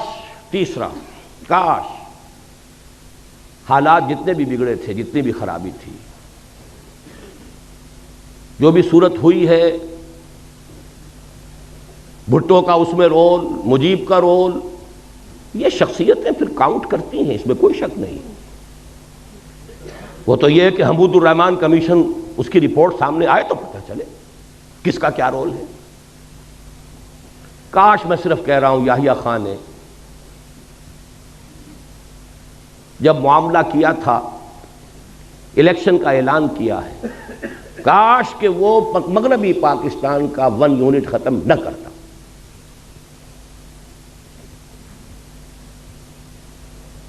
اس کا نتیجہ کیا نکل سکتا تھا؟ پازیٹو. اگر یہ ایک ہوتا یونٹ اور وہ بھی ایک یونٹ، تو اگر 6 نکات پر بھی معاملہ طے ہو جاتا مجیب الرحمان سے، تو قتل گھاٹے کا سودا نہیں تھا، گویا کہ کانفیڈریشن ہو جاتی. لیکن وہ 6 نکات جب یہاں کے پروونسز کے اوپر آپ ڈالتے تو اس کا مطلب ہے یہاں 4 ریاستیں وجود میں آتی ہیں. ڈائلیما یہ بنتا ہے جب یہ بھی 4 صوبے، ایک صوبہ، وہ 6 نکات پر ہر صوبے کا معاملہ کریں گے تو 4 ریاستیں یہاں وجود میں آ گئی، ورنہ 2 ریاستیں رہ گئی ہوتی. اب جیسا کہ میں نے عرض کیا ہے کہ یہ سب کاش ہے، لیکن جب ہم نے کسی معاملے کے اندر بھی کہیں بھی سمجھداری کا ثبوت نہیں دیا، غلطی پر غلطی ہے، تو پھر شامت اعمال ما صورت نادر گرفت. اب وہ صورت نادر میں بھٹو کو شمار کر لیں، مجیب کو شمار کر لیں، ہے ہماری شامت اعمال. یہ بونے سے لوگ، یہ کردار جو ہوتے ہیں بہت اہم نظر آتے ہیں، ان کی حقیقت وہ نہیں ہوتی اصل معاملات کے اندر. اصل معاملات تو چلے آ رہے ہیں کہاں سے کہاں تک. عباد سبا ہی ہم آوردہ تست. لیکن یہ ساری باتیں جو میں نے عرض کی ہیں، یہ بھی کچھ عقلی، منطقی، سیاسی، دستوری 100 باتوں کی ایک بات اگر میں آپ سے عرض کروں، قرآن کی تشخیص کیا ہے؟ کیا ہوا ہمارے ساتھ؟ قرآن مجید کی تشخیص یہ ہے، پس پردہ جو حقیقی سبب ہے، اللہ سے بدعہدی کی سزا ہے جو ملی ہے، اور اس کا دوسرا کوڑا اس سے شدید تر پڑے گا، لا محالہ پڑے گا، لازماً پڑے گا، اگر ہم نے رجوع نہ کیا اور توبہ نہ کی۔ سورہ توبہ کی 3 آیتیں 75، 76، 77 ایک قانون ہے اللہ کا۔ منافقین کے بارے میں فرمایا وَمِنْهُمْ مَنْ عَاهَدَ اللَّهُ، ان میں سے کچھ لوگ وہ بھی ہیں جنہوں نے اللہ سے ایک عہد کیا، لَئِنْ آتَانَا مِنْ فَضْلِهِ، اگر اللہ ہمیں اپنے فضل سے نواز دے گا، غنی کر دے گا، دولت مند بنا دے گا، لَنَصَّدَّقَنَّ وَلَنَكُونَنَّ مِنَ الصَّالِحِينَ، خوب صدقہ خیرات کریں گے، صالح بن جائیں گے، نیک بن جائیں گے۔ فَلَمَّا آتَاهُم مِّن فَضْلِهِ، پھر جب اللہ نے نواز دیا اپنے فضل سے، غنی کر دیا، دولت مند بنا دیا، بخلوا بہ، اب بخل کیا، وتولوا، پیٹھ موڑ لی، وہم معرضون، اعراض کیا، بھول گئے کیا وعدے کیے تھے۔ کأن لم یدعونا، ایسا ہو گئے جیسے کہ ہمیں کبھی پکارا ہی نہیں تھا۔ وہ دعائیں گڑ گڑا کر، جیسے جنرل صاحب آئی وٹنس ہے سقوط ڈھاکہ کے، میں آئی وٹنس ہوں تحریک پاکستان کا، ہائی اسکول کے طالب علم کی حیثیت سے صحیح، مسلم اسٹوڈنٹ فیڈریشن کے کارکن کی حیثیت سے صحیح، عیدین میں، جمعے کے اجتماعات میں گڑ گڑا کر دعائیں مانگی، اے اللہ ہندو اور انگریز کی غلامی سے نجات دے، تیرے دین کا بول بالا کرے، تیرے نبی کا دین جو ہے اس کو قائم کرے۔ پاکستان کا مطلب کیا؟ لا الہ الا اللہ۔ فلما آتاہم من فضلہ بخلوا بہ وتولوا وہم معرضون، اس کی سزا جو آخرت میں ملنی ہے وہ تو ملنی ہے، دنیا میں جو سزا اللہ نے دی، فعاقبہم، عاقبہ عقوبت سے بنا ہے، سزا، فعاقبہم نفاقا فی قلوبہم، اللہ نے سزا کے طور پر ان کے دلوں میں نفاق پیدا کر دیا۔ یہ ہے قانون اللہ کا جو ہم پر 100% لاگو ہوا، بدعہدی کی اللہ سے، خلاف ورزی کی اس معاہدے کی،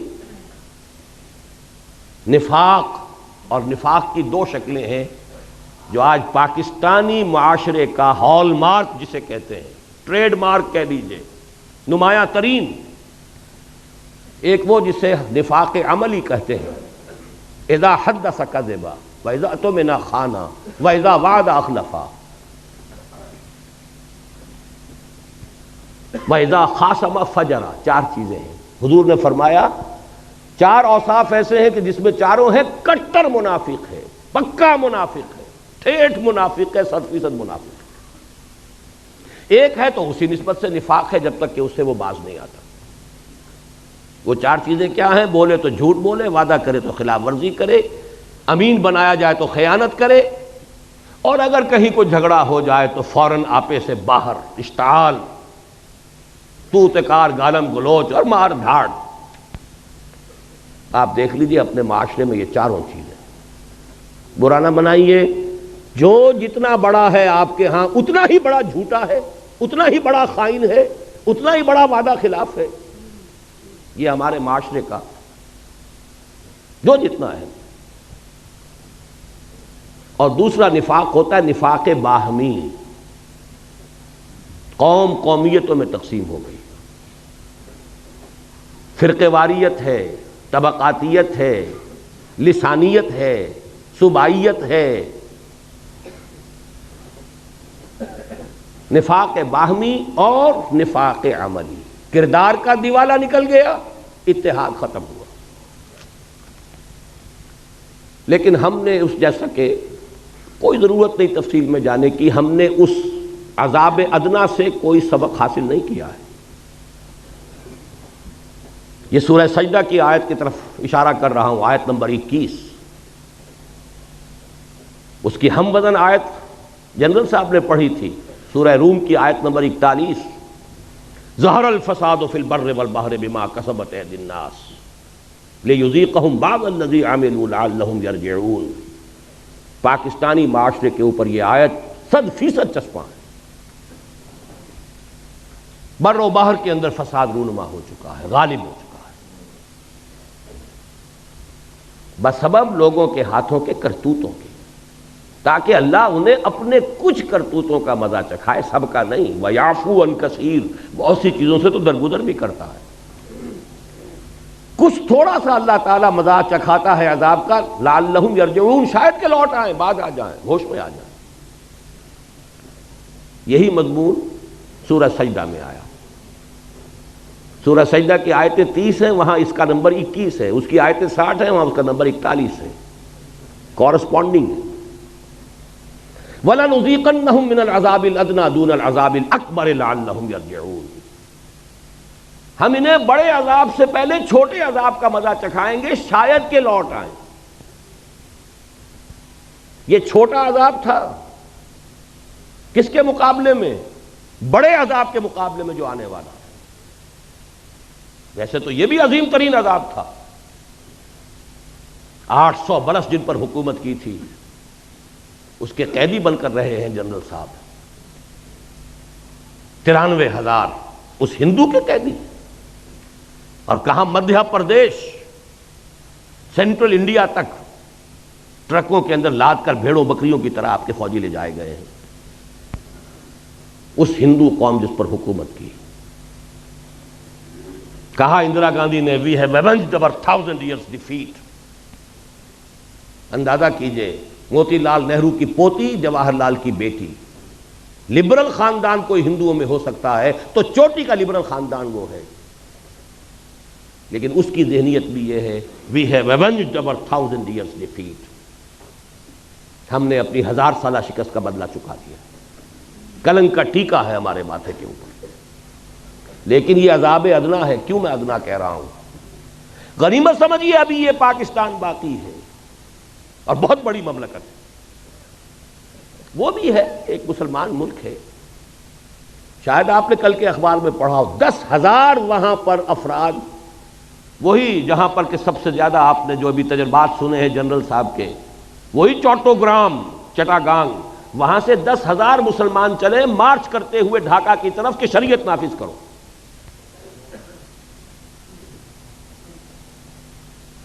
اسلام کے معاملے کا معاملہ، وہ تسلیمہ نسرین کے ساتھ جو کچھ انہوں نے کیا ہے، کیا ان کے اندر مذہبی غیرت نہیں ہے؟ بھاگنا پڑا کہ نہیں اس کو؟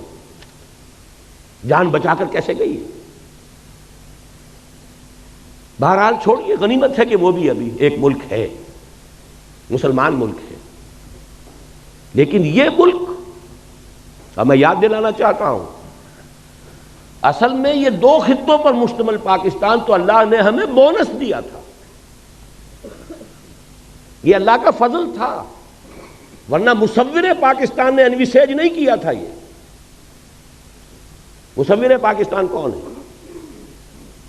علامہ اقبال موجود ہے، ان کا جو خطبہ ہے 1930 کا، جس میں انہوں نے کہا ہے کہ it's the destiny, I feel it's the destiny, یہ تقدیر مبرم ہے کہ ہندوستان کے شمال مغربی علاقے میں ایک مسلمان ریاست قائم ہوگی، at least the north west of India. مشرقی پاکستان کا کوئی تذکرہ نہیں ہے ان کے خطبے میں۔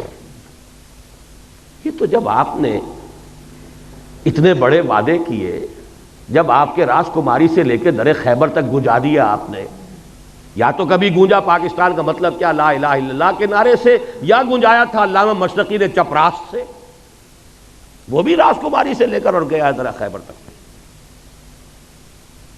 لیکن بہرحال اللہ نے دیا، لو، 2 خطوں پر مشتمل لو، ایک نہیں 2 لو۔ لہذا ابھی وہ اصل مصور پاکستان کا اصل پاکستان باقی ہے۔ دوسری بات یہ نوٹ کیجئے، اس بر عظیم ہند میں اصل پاکستان جو بنا تھا وہ یہی تھا، 1206 تک کا پاکستان یہی تھا۔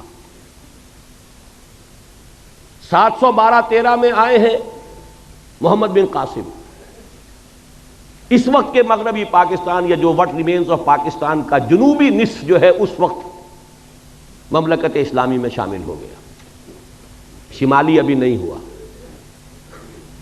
300 برس کے بعد محمود غزنوی اور پھر غوری، یہ جو اب باقی شمالی ہے مغربی پاکستان یا وٹ ریمینز آف پاکستان کا، یہ اس قلب رو میں آ گیا۔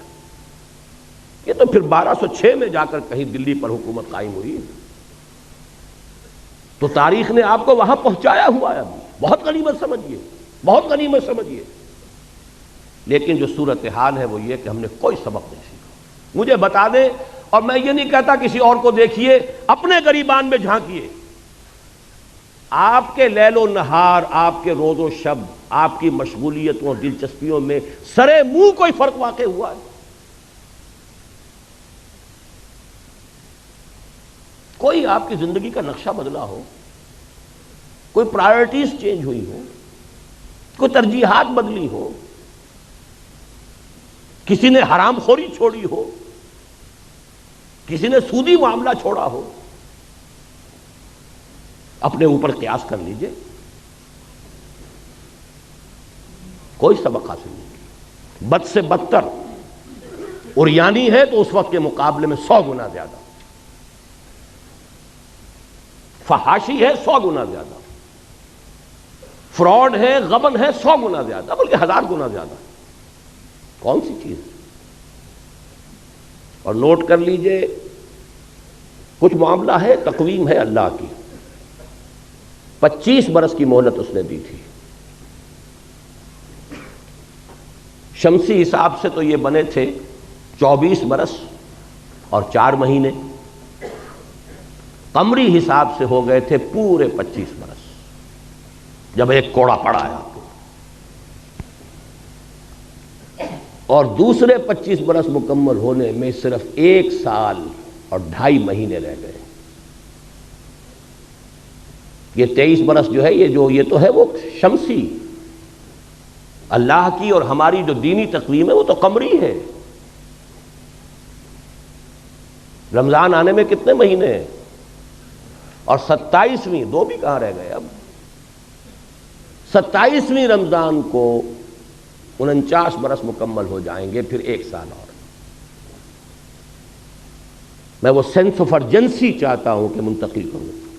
دوڑو زمانہ چال قیامت کی چل گیا، وہ دوسرا کوڑا۔ اور یہ آج جمعے میں تقریر کر آیا ہوں مفصل، کہ صورتحال ہماری اس وقت یہ ہے۔ ایک میں نے تمثیل پچھلے جمعے دی تھی، کچھ دنوں سے میرا احساس یہ ہے کہ اس وقت ہمارا حال قومی اعتبار سے ایسے ہے کہ جیسے کسی شخص کو جکڑ دیا گیا اور ہاتھ پاؤں وہ ہلا نہ سکے، کھڑا ہے، لیکن ساتھ ہی دیکھ رہا ہے اپنی آنکھوں سے کہ کوئی اژدہا ہے جو اس کے گرد جو ہے اپنے کوائلز، اپنے بل جو ہے وہ لگا رہا ہے، اور کوئی دیر کی بات ہے کہ ایک دفعہ ذرا اگر وہ تناؤ پیدا کرے گا اور ہڈی پسلی ایک ہو جائے۔ یا کوئی شخص دیکھے آنکھوں سے کہ سیلاب کا پانی چڑھتا آ رہا ہے، اب میرے گھٹنوں تک تھا، اب یہاں تک آ گیا، اب سینے تک آ گیا، اب کوئی دن کی بات ہے، ہل نہیں سکتے ہم۔ وہ ورلڈ بینک اور IMF، وہ ذرائع ابلاغ عالمی سطح پر، یہودیوں کا مالیاتی نظام عالمی سطح پر۔ میں نے پچھلے جمعے کہا تھا، سر سوچئے تو صحیح، کیا نواز شریف مسلمان نہیں ہے؟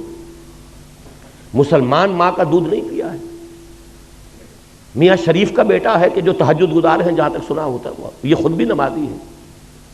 کیا بپتا پڑی تھی اسے 2/3 میجورٹی رکھنے کے باوجود، اسلام کے نام پر ووٹ لینے کے باوجود، شریعت کی بالادستی کے لیے دستور میں ترمیم کیوں نہیں کر سکا؟ جبکہ نظر آ رہا تھا کہ میرے سارے الائز چھوڑ کے جا رہے ہیں، میری دنیا لٹ رہی تھی اور میں خاموش تھا۔ یہ گئی جماعت اسلامی، یہ گئی JUI۔ کیا اتنا ہی کودن ہے کہ اسے معلوم نہیں ہو رہا تھا کہ یہ میری اپنی سیاسی جو ہے موت واقع ہو رہی ہے، سلو پوائزننگ ہو رہی ہے میری؟ کیوں نہیں کر سکتا؟ نہیں کر سکتا۔ عالمی قوتوں کا دباؤ ہے، جکڑے ہوئے ہیں آپ، عالمی استعمار ہے، نیو ورلڈ آرڈر ہے، مالیاتی نظام ہے، مہاجنی جکڑ بند کے اندر آپ کسے ہوئے، ہلیں گے کیسے؟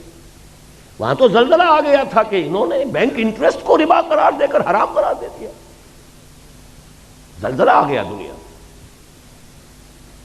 وہ جو پائپ میں چلی آ رہی تھی ایڈ، وہاں پر بھی پاؤں رکھ کر روک دیا گیا۔ بہرحال ایک شکل تو یہ ہے، اور دوسری اس وقت کی شکل یہ ہے جو میں نے آج جمعے میں کہا، ہمارا حال یہ ہے کہ جیسے کوئی جانور یا کوئی انسان کہیں مر رہا ہو، کوئی زخمی پڑا ہوا ہے، ابھی جان ہے، تو گدھ آ کر جمع ہو جاتے ہیں، ابھی نوچتے نہیں، کھسوٹتے نہیں جب تک کہ جان نکل نہ جائے، کیا پتا ہاتھ اٹھا کے مار ہی دے۔ وہ گدھ ایک طرف کشمیر پر امریکہ کا گدھ منڈلا رہا ہے، اسے سینٹرل ایشیا میں بھی ایک اسرائیل کی ضرورت ہے، عالم عرب کے اوپر اسرائیل اس نے مسلط کر دیا۔ اب تو کیوں لگائے کھڑے ہیں ماننے کے لیے اور سر جھکانے کے لیے، ہار ڈالنے کے لیے، اندر خانے سب ڈالے ہوئے تھے پہلے ہی، وہ تو صرف پردے اٹھ رہے ہیں۔ یہاں بھی چاہیے سینٹرل ایشیا میں، پھر شمالی علاقوں پر آپ نے کل کی اگر خبریں نامی اخبار میں جو خبر آئی ہے، ایک ریاست اسماعیلی ریاست قائم کر کے پرنس کریم آغا خان اور پرنس فلپ آئے اس لیے تھے پاکستان، ابھی بے نظیر سے کیا طے کر کے گئے ہیں، ادھر بلوچستان کے ساحل پر علاقہ دیا جا رہا ہے، ایران کو ٹیکل کرنا ہے، خلیج کے دہانے پر بھی تو بیٹھنا ہے آخر۔ باقی یہ کہ وہ جناح پور ہو، کوئی ہانگ کانگ، کوئی اور سنگاپور، چاہیے نا، یہ وہ گدھ ہیں جو منڈلا رہے ہیں، اور یہ رکھتے ہیں ہمیشہ دو options, they don't keep all their eggs in one basket، یا کشمیر میں ہو جائے یا شمالی علاقوں میں ہو جائے، کہیں تو ہو جائے، یا جناح پور بن جائے یا سندھو دیش بن جائے، کچھ تو ہو جائے، یا بلوچستان کے ساحل پر ہمیں جگہ مل جائے۔ یہ حالات ہیں اصل میں۔ بہرحال آگ ہے، اولاد ابراہیم ہے، نمرود ہے، کیا کسی کو پھر کسی کا امتحان مقصود ہے۔ الہی خیر میرے آشیاں کی، زمین پر ہے نگاہیں آسمان کی۔ ہمارے لیے تو آسمان یہ امریکہ بہادر، نیو ورلڈ آرڈر۔ علاج کیا ہے؟ علاج اس کا وہی آب نشاط انگیز ہے ساقی، توبہ، رجوع کرو اپنی اصل کی طرف جس کے لیے پاکستان بنایا۔ توبہ افراد کریں، توبہ کریں، اپنی معاش، اپنی معاشرت میں سے غیر اسلامی چیزیں نکال دیں، پھر توبہ قوم کرے، اور اجتماعی توبہ کے لیے ایک مضبوط جماعت ہو کہ جو منکرات کے خلاف جہاد کرے اور طاقت کے ساتھ جہاد کرے، کسی کی پولیٹیکل گیم میں نہ آئے، کسی پاور پالیٹکس میں نہ آئے۔ پاکستان میں خلافت کی دعوت، دو الفاظ میرے نوٹ کر لیجئے، قیام خلافت کی دعوت، اور پورے عالمی سطح پر نظام خلافت کے علمبردار بن کر کھڑے ہو جائیں، جس میں پہلا مرحلہ پین اسلامزم کا ہوگا، پورے عالم اسلام کو متحد کر کے خلافت کے نظام کے تحت لانا۔ میں آپ کو سنا چکا ہوں گاندھی کا جملہ جو قائد اعظم سے کہا تھا، آپ کے پاکستان کا مطلب پین اسلام تو نہیں ہے نا۔ یہاں میں اب ایک آیت مبارکہ کا حوالہ دے رہا ہوں، وہ خلافت ہے کیا؟ ویسے تو یہاں میں تقریریں کر چکا ہوں، بڑی مفصل تقریریں کر چکا ہوں، اس کا سیاسی ڈھانچہ کیا ہوگا، دستوری ڈھانچہ کیا ہوگا، معاشی ڈھانچہ کیا ہوگا، لیکن امیر جمع ہے احباب درد دل کہہ لے، پھر یاد دلائی کر رہا ہوں۔ ایک آیت میں جدید اسلامی خلافت کا پورا نقشہ موجود ہے، آیت نمبر 59 سورہ نساء، یا ایھا الذین آمنوا اطیعوا اللہ واطیعوا الرسول واولی الامر منکم فَإِن تَنَازَعْتُمْ فَرُدُّوهُ إِلَى اللَّهِ وَالرَّسُولِ إِن كُنتُمْ تُؤْمِنُونَ بِاللَّهِ وَالْيَوْمِ الْآخِرِ ذَلِكَ خَيْرٌ وَأَحْسَنُ تَأْوِيلًا۔ دیکھیے جدید ریاست کے 3 پلر شمار ہوتے ہیں: لیجسلیچر، اطیع اللہ و اطیع الرسول، کتاب و سنت. ایک ترمیم دستور میں ہو جائے، شریعت کی ٹوٹل بالادستی، ہر معاملہ کتاب و سنت کے تابع، خلافت بن گئی. قرارداد مقاصد اصولاً طے کر چکی، صرف یہ ایک ترمیم درکار ہے جو نواز شریف صاحب نہیں لا سکے. لیکن اس کے لیے بڑی عوامی ایک جد و جہد کی ضرورت ہوگی، جانے دینے کی ضرورت ہوگی. پوری قوم اگر کھڑی ہو گئی، اور پوری قوم سے مراد اتنی معتدل تعداد میں لوگ کہ پوری قوم کے اندر جو ہے ایک آگ لگا دیں، تو کوئی امریکہ کا باپ کچھ نہیں کر سکتا. اور سب سے بڑی بات پھر اللہ کی مدد آئے گی. ان تنصروا اللہ ینصرکم لینصرن اللہ من ینصرہ، اللہ لازماً مدد کرے گا اس کی جو اس کی مدد کرے. تو لیجسلیچر اطیع اللہ و اطیع الرسول پر دستور کے اندر ایک ترمیم سے ٹوٹل بالادستی. نمبر 2 اولی الامر ایگزیکٹو. یہ اولی الامر منکم مسلمانوں میں سے ہوں گے، غیر مسلم نہیں. وہ ذمہ ہوگا، پروٹیکٹڈ مائنورٹی ہوگا، جان مال عزت آبرو کی حفاظت کا ذمہ لیں گے. لیکن نہ لیجسلیچر میں اس کا دخل ہو سکتا ہے، اس لیے کہ وہ کتاب و سنت سے متعلق ہے. وہ نہ کتاب کو مانے نہ سنت کو مانے. نہ ہی ایگزیکٹو کے ٹاپ پر وہ ہو سکتا ہے. ہاں ملازمتوں میں، ٹیکنیکل شعبوں میں ان کی خدمات سے فائدہ اٹھائیے. اولی الامر منکم. باقی اگر جھگڑا ہو جائے، آیا یہ شے شریعت کے مطابق ہے یا نہیں ہے، جھگڑا اسی کا ہونا ہے نا. لیجسلیچر ایک قانون پاس کرتی ہے، میں یہ کہتا ہوں کہ نہیں یہ تو کتاب و سنت کے منافی ہے، جھگڑا ہو گیا نا. فَإِن تَنَازَعْتُمْ فَرُدُّوهُ إِلَى اللَّهِ وَالرَّسُولِ. یہاں تنازع کے حوالے سے جوڈیشری آ گئی، جوڈیشری طے کرتی ہے. جدید ریاست نے انہی تینوں کو انسٹیٹیوشنز کی شکل دے دی ہے تو یہ 3 حصے ریاست کے جو قرآن مجید کی اس ایک آیت میں موجود ہے. جوڈیشری طے کرے گی، لے جاؤ معاملہ سپریم کورٹ میں لے جاؤ. صحیح رخ پر قدم اٹھایا تھا ضیاء الحق نے. یہ دوسری بات ہے کہ ہاف ہارٹڈ بلکہ کوارٹر ہارٹڈ بلکہ 8واں حصہ بھی نہیں تھی نیت کے اندر. 2 ہتھکڑیاں پہنا دیں، 2 بیڑیاں ڈال دیں. دستور بھی بالا تر شریعت سے، آئلی قوانین بھی بالا تر شریعت سے، مالی قوانین بھی بالا تر شریعت سے. رہ کیا گیا پھر؟ جوڈیشل لاز بھی بالا تر شریعت سے. تو سوائے فراڈ کے اور کیا رہ گیا؟ یا کچھ لوگوں کی تنخواہیں ہیں، وہ فیڈرل شریعت کورٹ اور فلانش کورٹ تنخواہیں چل رہی ہیں، بڑے ٹھاٹ جمے ہوئے، کریں گے کیا وہ؟ نہ دستور ان کے دائرہ کار میں، نہ عدالتی قوانین دائرہ کار میں، نہ مالی قوانین. خیر مالی قوانین کے لیے وہ 10 برس کی چونکہ تھی ہتھ کڑی، وہ کھل گئی اچانک، تو وہ انہوں نے وہ دے دیا فیصلہ، اور فیصلے کے خلاف اپیل میں جا کر نواز شریف صاحب اور اس معاملے کو وہاں کنڈم کر دیا. آئلی قوانین بھی نہیں شریعت کے مطابق. مجھ سے کہا تھا انہوں نے، پھر یہ خواتین کو کون مطمئن کرے گا؟ میں نے کہا اگر یہی آپ کی سوچ کا معیار ہے تو یہ میرا استعفیٰ ہے. میں آپ کے ساتھ شورا میں بیٹھنے کو تیار ہوں. بہرحال پہلی بات یہ. نمبر 2، صدارتی نظام اس ملک کے لیے اگر خیر ہے، صدارتی نظام ہے.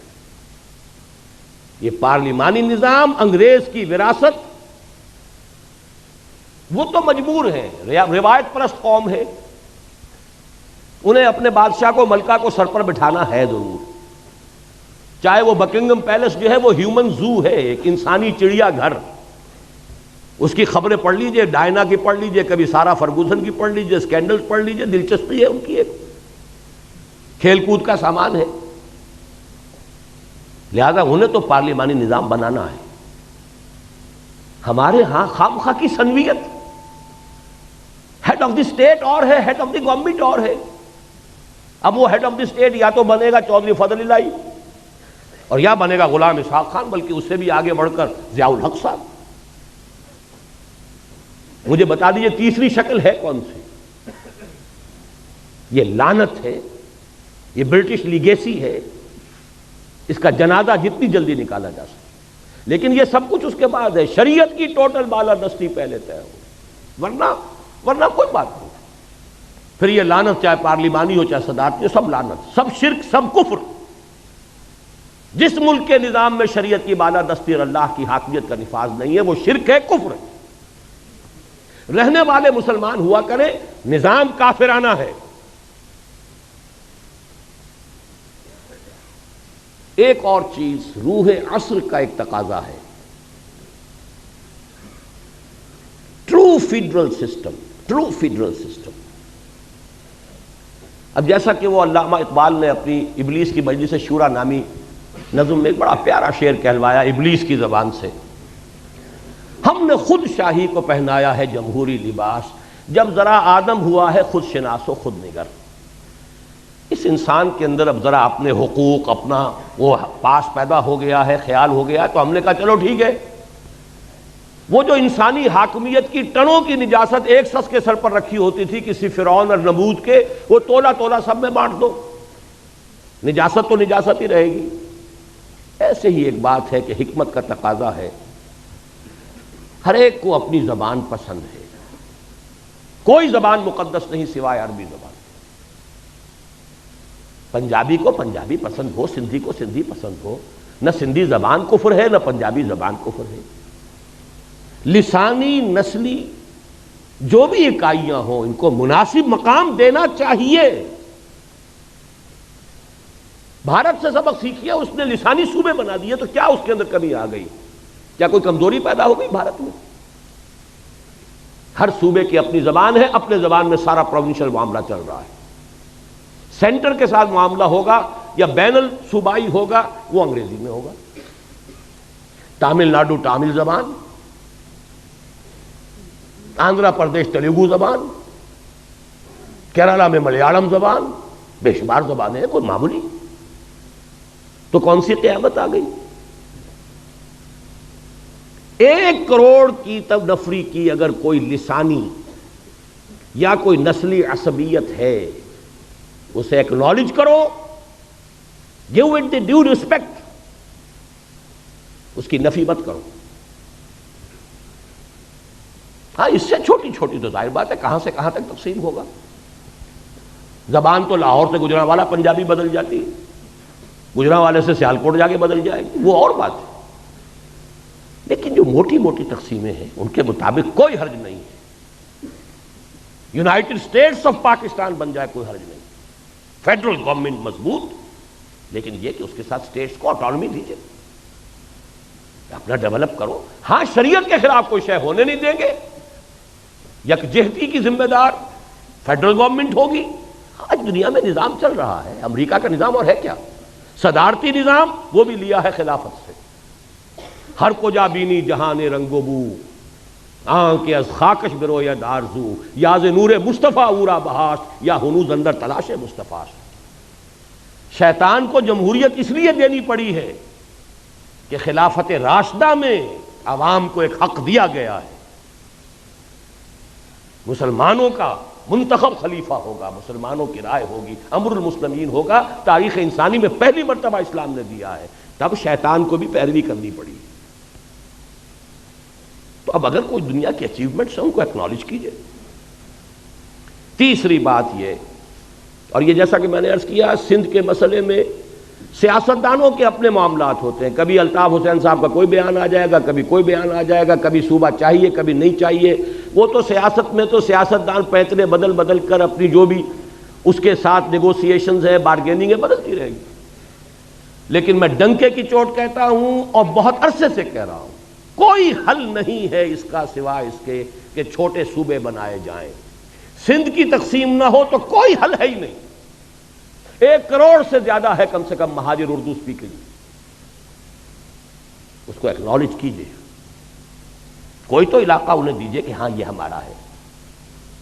انہوں نے یہ کہا تھا ہم نے ایک زمانے میں کہ ہمیں صرف کراچی کی کارپوریشن جو ہے، جب وہ کارپوریشن پہ آ گئے تھے، ہمیں یہاں 2 چیزیں، پولیس ہمارے تابع کر دیجئے، ٹریفک ہمیں دے دیجئے۔ کوئی دینے کو تیار نہیں، کچھ تو دو۔ اگر آپ ڈپرائیو کریں گے، احساس محرومی اس انتہا کو پہنچا دیں گے۔ میں نے کتاب لکھی تھی مسئلہ سندھ، استحکام پاکستان، اس کے لوازم، 10 سال پہلے کی کتاب ہے، اور اس کے بعد مسئلہ سند پر۔ سیاستدان نہیں ہوں، میدان میں نہیں ہوں، بازار سے گزرا ہوں، خریدار نہیں ہوں، لیکن حالات کو جانتا ہوں۔ مجھے بصیرت اللہ نے عطا کی ہے، سرما ہے میری آنکھ کا خاک مدینہ و نجف، مدینہ و نجف کی بجائے کہہ دیجئے ہماری آنکھ کا سرما ہے قرآن اور سنت، اللہ کی کتاب اور اس کے رسول صلی اللہ علیہ وسلم کی سنت، اس کی احادیث، یہ بصیرت ہے ہماری بھی۔ تو نظر آتے ہیں، حقائق نظر آتے ہیں۔ آخری بات یہ کہ سرکاری زبان کا طے کیجئے کہ یہاں پر عربی ہوگی، اور فوری طور پر عربی کی پہلی جماعت سے تدریس لازم، 20 برس کے اندر اندر کایا پلٹ جائے گی اس ملک کی، اور یہ پورے عالم عرب کے ساتھ کنٹینیوس اس کا معاملہ، پین اسلامزم کی طرف قدم اگر بڑھے گا تو اس کے حوالے سے بڑھے گا، اور اس کے بعد آپ کا مسئلہ حل ہوتا ہے۔ اور سب سے بڑی بات جو ہم نے آیات آج پڑھی تھی، بنی اسرائیل کے بارے میں وہ ساری بحث کرنے کے بعد کیا فرمایا تھا، جو ہم پر بھی 100% راست آتا ہے، عسیٰ ربکم ان یرحمکم، تمہارا رب اب بھی تم پر رحم فرمانے کے لیے تیار ہے، وَإِنْ عُدْتُمْ عُدْنَا، لیکن اگر تم نے پھر وہی روش اختیار کی ہم بھی وہی کچھ کریں گے۔ وَجَعَلْنَا جَهَنَّمَ لِلْكَافِرِينَ حَصِيرًا، اور جہنم تو ہم نے تیار کی ہوئی ہے کافروں کے لیے، وہ باڑا تیار ہے۔ إِنَّ هَذَا الْقُرْآنَ يَهْدِي لِلَّتِي هِيَ أَقْوَمُ، اور اللہ کی رحمت کا دروازہ شاہ درا یہ قرآن ہے، آنا ہے سائبان تلے، یہ قرآن کا سایہ ہے، داخل ہونا ہے رحمت خداوندی میں، یہ شاہ درا ہے، یہ دروازہ ہے۔ ان ھذا القرآن یہدی للتی ہی اقوم، سمجھ لیجئے اچھی طرح، میں نے اگر اپنی زندگی کے 30 برس لگائے ہیں اس قرآن مجید کے پڑھنے پڑھانے سیکھنے سکھانے، انجمن بنانے اور قرآن اکیڈمی بنانے اور قرآن کالج بنانے، قرآنی تربیت گاہیں اور کیسٹس، تو یہ کوئی مولویانہ میرا کوئی پیشہ نہیں ہے، میں نے تو سن 54 میں MBBS کیا تھا، یہ کوئی میرا مشغلہ نہیں، کوئی ہابی نہیں، یہ اس تشخیص پر ہے، یہ سارا کام ہوگا قرآن کے ذریعے۔ خار از محجوری قرآن شدی، شکوہ سنجے گردش دوران شدی، اے تو شبنم بر زمیں افتندئی، در بغل داری کتاب زندگی۔ وہ زمانے میں معزز تھے مسلمان ہو کر، اور تم خار ہوئے تاریک قرآن ہو کر، لہذا اس رکوع میں بھی آخر میں یہی آیات آ رہی ہیں، ان ھذا القرآن یہدی للتی ہی اقوم وَيُبَشِّرُ الْمُؤْمِنِينَ الَّذِينَ يَعْمَلُونَ الصَّالِحَاتِ أَنَّ لَهُمْ أَجْرًا كَبِيرًا وَأَنَّ الَّذِينَ لَا يُؤْمِنُونَ بِالْآخِرَةِ أَعْتَدْنَا لَهُمْ عَذَابًا أَلِيمًا۔